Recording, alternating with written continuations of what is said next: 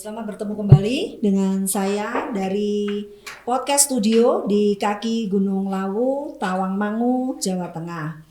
Kali ini saya kedatangan tamu yang luar biasa. Ya, saya happy untuk dia karena hari ini adalah hari kelulusannya dari Sekolah Tinggi Teologi Tawangmangu dan saat ini sudah berada di podcast studio kami di Institut Teknologi dan Bisnis Kristen Bukit Pengharapan. Selamat datang Martiani.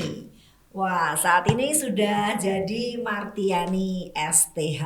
Selamat ya. Terima kasih Bu. Wah, luar biasa, dan hari ini Martiani menjadi sarjana teologi dengan indeks prestasi tertinggi, mahasiswa terbaik ya dari Sekolah Tinggi Teologi Tawangmangu, wisudawan angkatan ke-50 ya.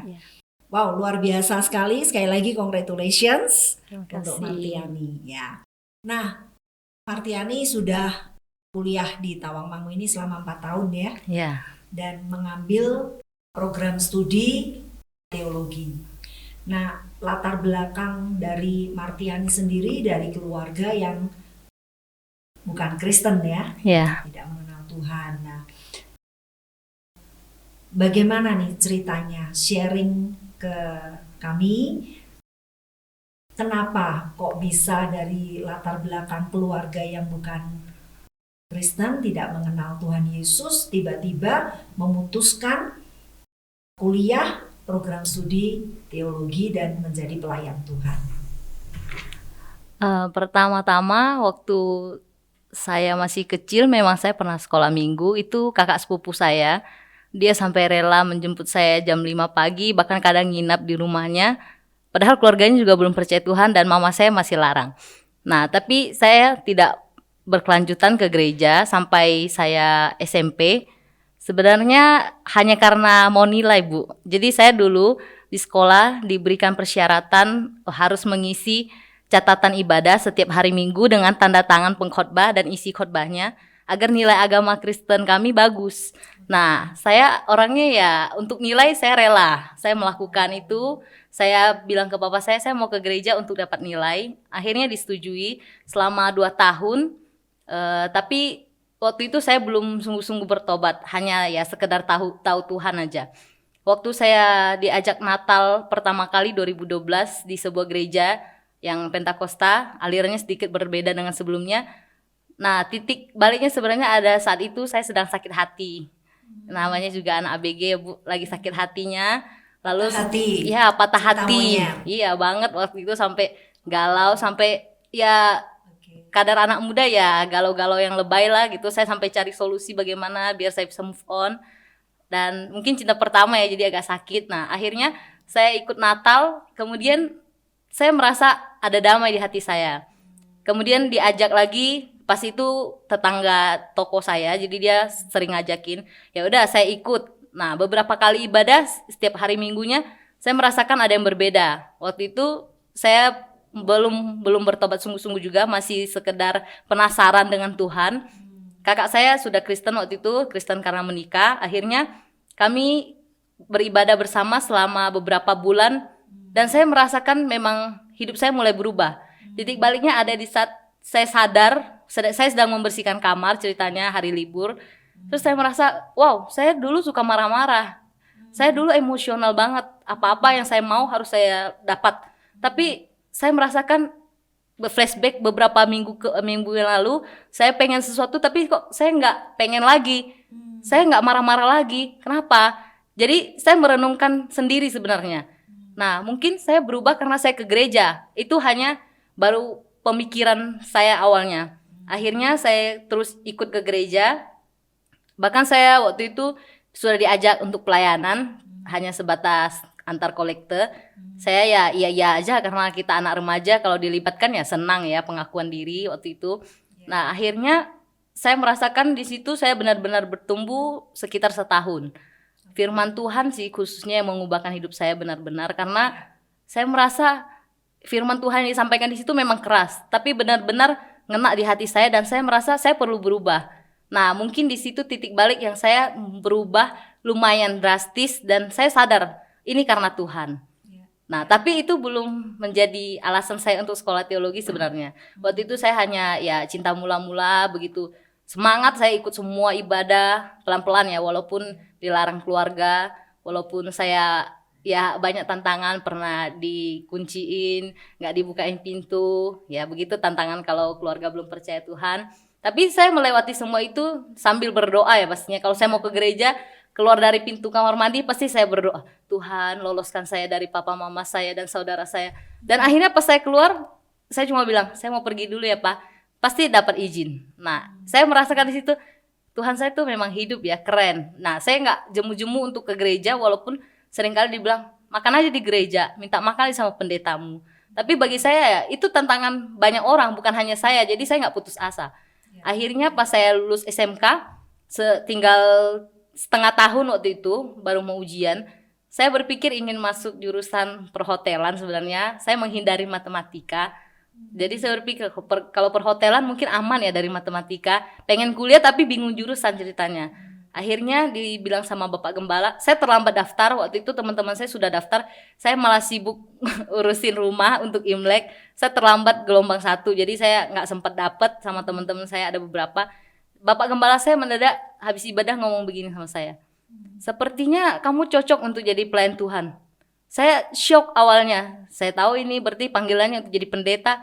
Ya kalau mendengar kata pendeta di tempat saya, pandangannya sedikit negatif. Seperti ya tidak punya uang, hidupnya bakal susah, dimusuhin orang.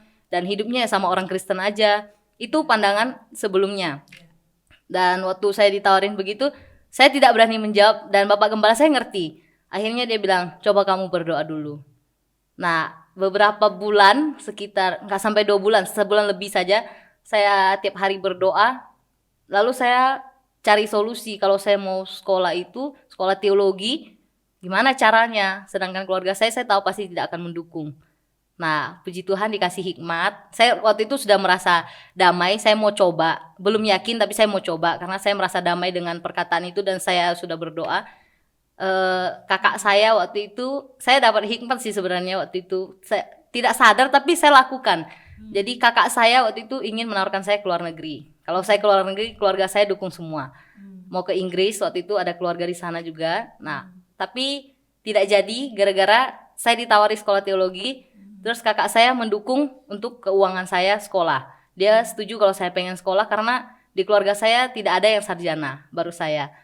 Nah, akhirnya setelah saya sudah yakin papa saya pasti tidak mendukung, saya pergi bujuk mama saya sampai saya dapat izin mama saya. Dan saya percaya kalau mama saya sudah izinin, papa saya pasti setuju. Jadi saya dapat restu dari mama saya, walaupun saya bohong waktu itu. Saya bilang nanti kalau lulus dari teologi, saya jadi dosen, bisa jadi apa aja selain pendeta yang saya sebut pokoknya.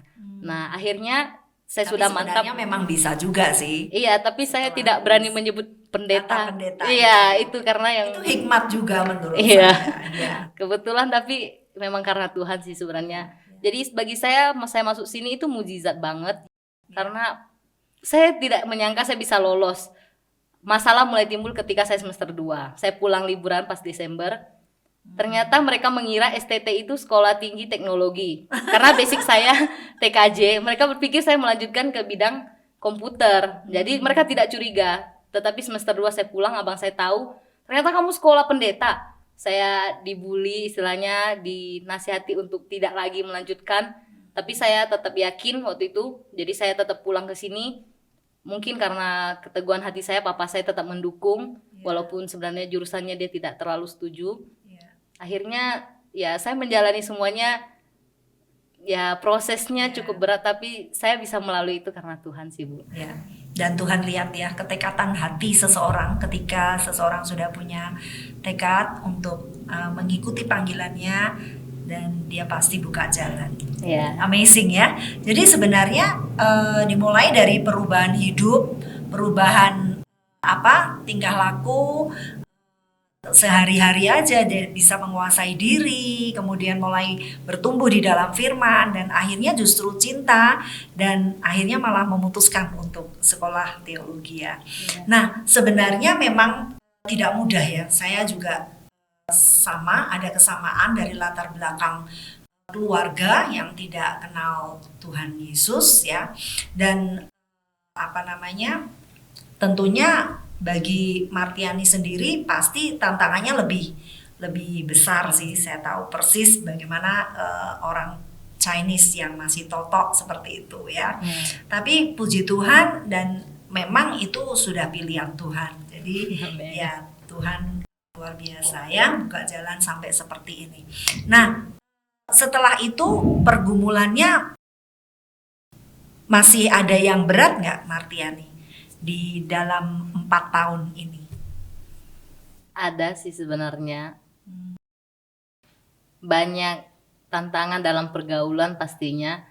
Yang paling pertama saya masuk itu, kami waktu tingkat 1 harus dipisah-pisah berbagai suku satu kamar. Itu ditentukan oleh ibu asrama. Kamar saya 8 orang 6 suku. Ada yang Jawa, ada Manado, ada Kalimantan, dan juga ada Papua, NTT. Jadi yang lembut sama yang keras bercampur jadi satu. Suara saya ini yang jadi pergumulan sebenarnya, Bu. Suara saya sangat besar. Saya nggak bisa ngontrol kalau ngomong pelan-pelan. Dan teman-teman saya itu ternyata terganggu dengan suara saya. Nah, itu tantangan yang berat bagi saya. Mungkin orang gampang yang ngontrol suara, tapi kalau saya, apalagi kalau kita udah ngobrol sama keluarga lewat telepon, mereka sangat terganggu. Nah, itu juga tantangan yang berat buat saya karena perbedaan yang sangat berbeda waktu saya baru masuk. Terus dari makanan mungkin ya, hidup berasrama saya belum pernah hidup di luar rumah, baru kali ini.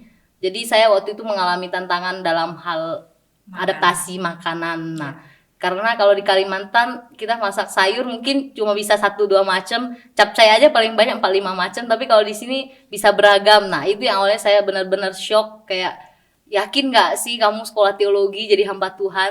Tapi satu hal yang buat saya selalu yakin saya harus lanjut, karena papa saya pernah bilang gini, kalau kamu tidak betah, kalau kamu rasa berat, pulang, pintu selalu terbuka untuk kamu. Malah itu menjadi motivasi saya untuk tetap ada di sini. Jadi saya mau buktikan kalau saya itu bisa bertahan dan saya benar-benar hamba Tuhan, saya benar-benar anak Tuhan, saya siap untuk lewati semuanya. Sampai saat ini itu yang jadi pegangan saya, makanya saya bisa lulus sampai hari ini. Ya, wow, luar biasa banget ya.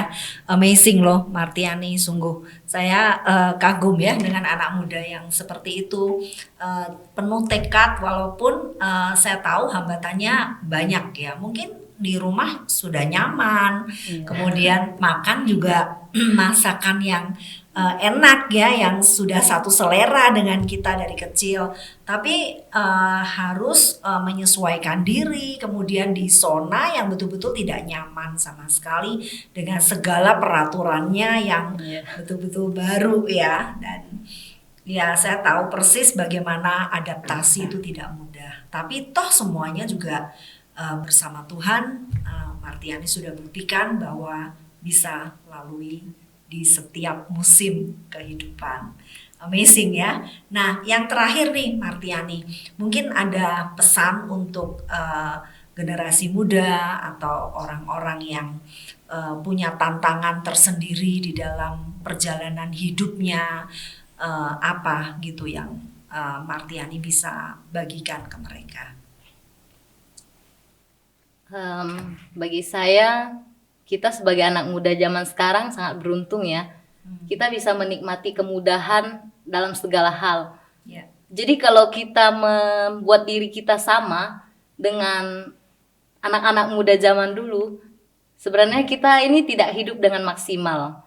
Jadi kita harus punya daya juang, karena daya juang itu yang menentukan segala fasilitas, segala apapun yang tersedia bisa kita gunakan dengan maksimal. Saya melihat banyak anak-anak muda saat ini tidak punya daya juang, mau yang instan, hanya mau hasil yang baik tanpa berjuang. Bahkan kadang ada saja yang mengandalkan segala cara untuk apapun yang mereka bisa peroleh sesuai dengan keinginan mereka, walaupun sebenarnya itu tidak baik. Mungkin anak-anak muda sekarang perlu lebih banyak belajar, berefleksi dalam diri, apa sebenarnya yang Tuhan mau dalam hidup kita. Yang sudah percaya Tuhan mungkin bisa berkata itu mudah. Tapi saya percaya sekalipun kita belum mengenal Tuhan, ketika kita mau datang kepada Tuhan, Tuhan bisa menyatakan itu untuk kita. Dan mungkin dalam hal yang kita pandang tidak rohani, dalam pekerjaan, dalam cita-cita kita, pendidikan kita, Coba kita refleksikan dalam diri kita, apa yang pernah Tuhan kerjakan, apa yang pernah Tuhan taruh dalam diri kita. Mungkin potensi kita, mungkin fisik kita yang sempurna, mungkin keuangan yang memadai, semua itu bisa kita gunakan untuk menjadi lebih maksimal. Saya percaya kalau anak-anak muda Indonesia hidup dengan maksimal, mengenali dirinya sendiri, menerima diri apa adanya, pasti kita bisa memberi yang terbaik dalam segala hal yang kita kerjakan. Orang-orang yang kita temui pun akan merasakan diberkati melalui kehidupan kita. Ya, betul, setuju sekali. Mensyukuri apa yang sudah dimiliki, ya. Kemudian tidak untuk kesenangan diri sendiri, tetapi betul-betul mencari kehendak Tuhan di dalam kehidupan kita setiap pribadi. Amazing ya, luar biasa. Sekali lagi selamat.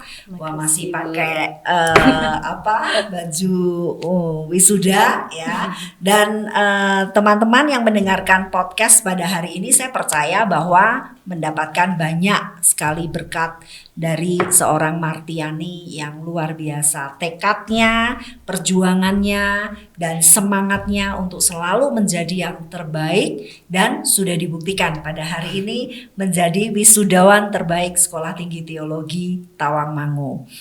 Sekali lagi selamat ya Martiani, dan selamat juga memasuki dunia pelayanan dan pekerjaan yang baru, dan Tuhan memberkati setiap pelayanan dan pekerjaan Martiani. Salam untuk keluarga.